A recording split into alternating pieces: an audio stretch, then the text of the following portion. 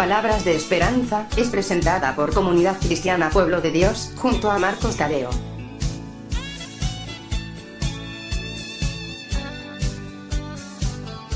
Bueno, siguiendo con Palabras de Esperanza, el programa que va emitido todos los sábados desde la medianoche por internet, voy a utilizar este segmento para responder una pregunta.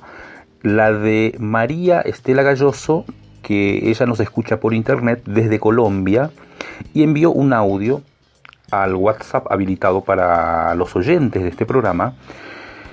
Y básicamente la pregunta es: ¿qué opino del diezmo? Obviamente envió un audio un poquito más extenso, pero la pregunta básicamente es: ¿qué opino yo del diezmo? Lo voy a responder sin rodeos y voy a tratar de ser lo más resumido posible.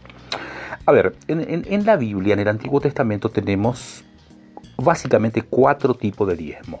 2 diezmos practicados antes de la ley y 2 diezmos tipificados como ley, ¿no? Bueno, empecemos con el primer diezmo. El primer diezmo que encontramos en la Biblia es el diezmo de Abraham, practicado por Abraham. Esto lo encontramos en Génesis capítulo 14, versículo 14 al 24. El diezmo de Abraham es producto de un botín de guerra. La Biblia no dice por qué lo hizo, la Biblia no dice quién le ordenó hacer, simplemente relata de que Abraham fue a perseguir a un grupo de gente que había llevado cautivo a un pariente suyo. Entonces Abraham juntó a toda su gente y fue y atacó una ciudad. Hizo una guerra contra mucha gente, los despojó y trajo todo el botín de esa guerra. Ese botín bañado en sangre, producto de haber matado mucha gente, y también trajo prisioneros de guerra. Y presten atención, Génesis capítulo 14, versículo 14 al 24 es donde se relata este hecho, y es la única vez que Abraham diezma. No diezmó ni de sus pertenencias, ni de su entrada económica, ni nada por el estilo, tampoco se le ordenó hacerlo, simplemente se relata de que él diezmó esa vez de un botín de guerra. Aclaro que ya directamente esto no es aplicable en nuestra época, porque si vamos a practicar el diezmo de Abraham deberíamos ir a la guerra, matar mucha gente y de ese botín que hemos saqueado producto de la guerra, diezmar, ¿no? Y diezmar también los prisioneros de guerra que hemos traído. Y lean, repito, Génesis capítulo 14, desde el versículo 14 al 24, y van a encontrar que este relato es tal como lo estoy diciendo. El segundo diezmo que encontramos en el Antiguo Testamento antes de la ley es el diezmo de Jacob. Y esto es más simple aún, porque Jacob lo que hace es un pacto, un voto con Dios. Es más, el texto mismo lo dice. Esto lo encontramos en Génesis capítulo 28, desde el versículo 20 al 22. Son 3 textos donde vamos a encontrar el diezmo de Jacob, donde Jacob diezma una sola vez y a modo de voto. Es decir, le dice a Dios: si tú fueres conmigo y estuvieres conmigo y me ayudares a volver a la casa de mis padres, entonces tú serás mi Dios y el diezmo apartaré para ti. No es aplicable, nosotros no podemos chantajear a Dios, no podemos decirle: bueno, si tú me das esto, esto y esto, yo voy a apartar el diezmo para ti y tú serás mi Dios. No, nosotros debemos reconocerlo como Dios, nos dé o no nos dé nada. No podemos chantajearlo. Por lo tanto, el diezmo de Jacob tampoco es aplicable para los cristianos de hoy. Después tenemos el diezmo tipificado como ley en Deuteronomio capítulo 14, desde el versículo 22 al 29. Y ahí encontramos 2 diezmos diferentes. Un diezmo es el que se practicaba una vez por año, 2 años de seguido. Después de los 2 años, al tercer año, se practicaba otro diezmo, que durante ese año el diezmo se le daba a la gente necesitada directamente y que también podía comer el levita de ahí. Ahora vamos al primer diezmo. El primer diezmo, relatado en Deuteronomio, repito, capítulo 14, del versículo 22 al 29, dice que el diezmo era para uno mismo y para compartir con la gente necesitada.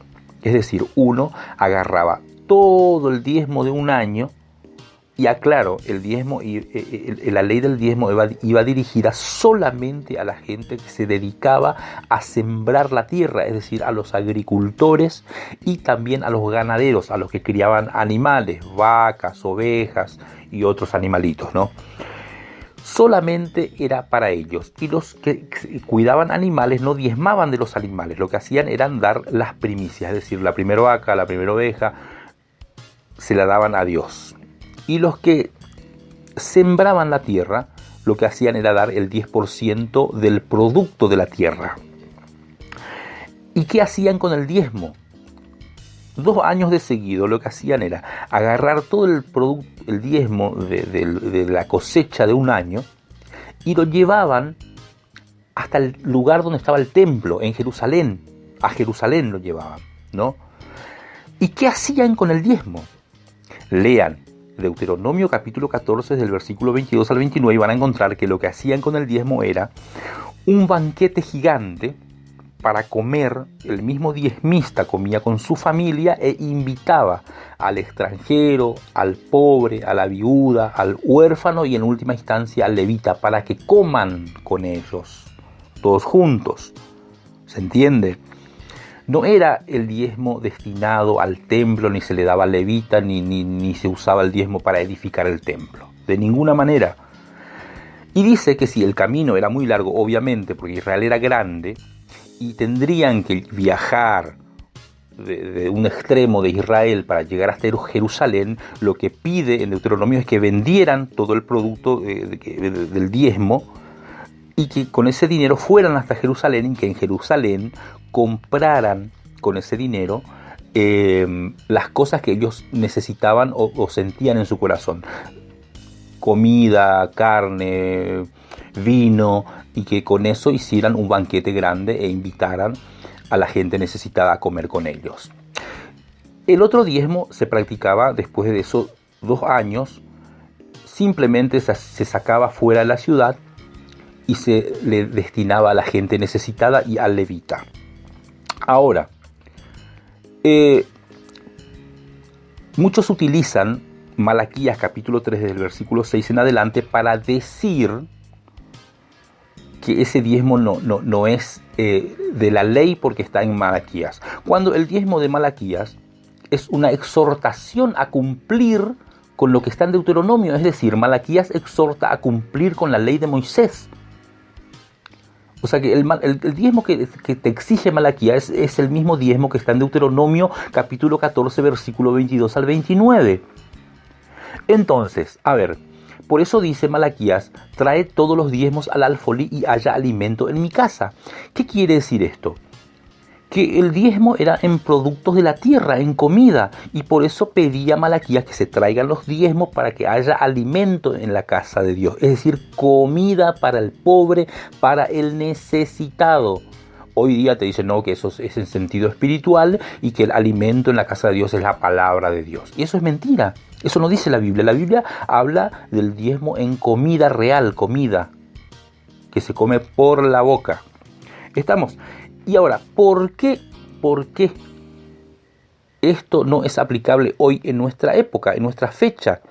¿Por qué? Porque el diezmo de la ley mosaica, relatada o redactada, mejor dicho, en Deuteronomio capítulo 14, del versículo 22 al 29, es ley mosaica, es ley de Moisés.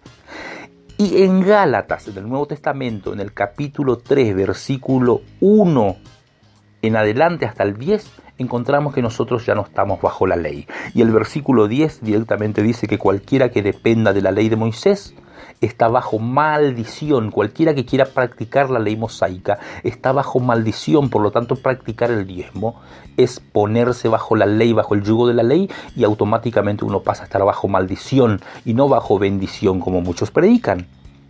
Ahora, decir que no se deba diezmar porque es ley mosaica no significa de que yo esté en contra de ayudar la obra de Dios. Totalmente lo contrario. Ayudar la obra de Dios, Pablo, pero habla claramente sobre ayudar la obra de Dios y que uno debe ser generoso. habla de la ofrenda para los santos, habla de que el obrero es digno de su salario, pero dice salario, no dice diezmo. Entonces, ayudar la obra de Dios está bien, uno debe ser generoso, pero por supuesto, uno debe brindar todo para la obra de Dios, por supuesto, pero no diezmo, porque el diezmo ya pasó, es ley mosaica, y la Biblia dice que si practicamos la ley de Moisés estamos bajo maldición. Bien, esta es mi respuesta de manera resumida. Voy a intentar extenderme un poquito más adelante y les voy a avisar. Por ahora, gracias por escucharme. Vamos a una pausa.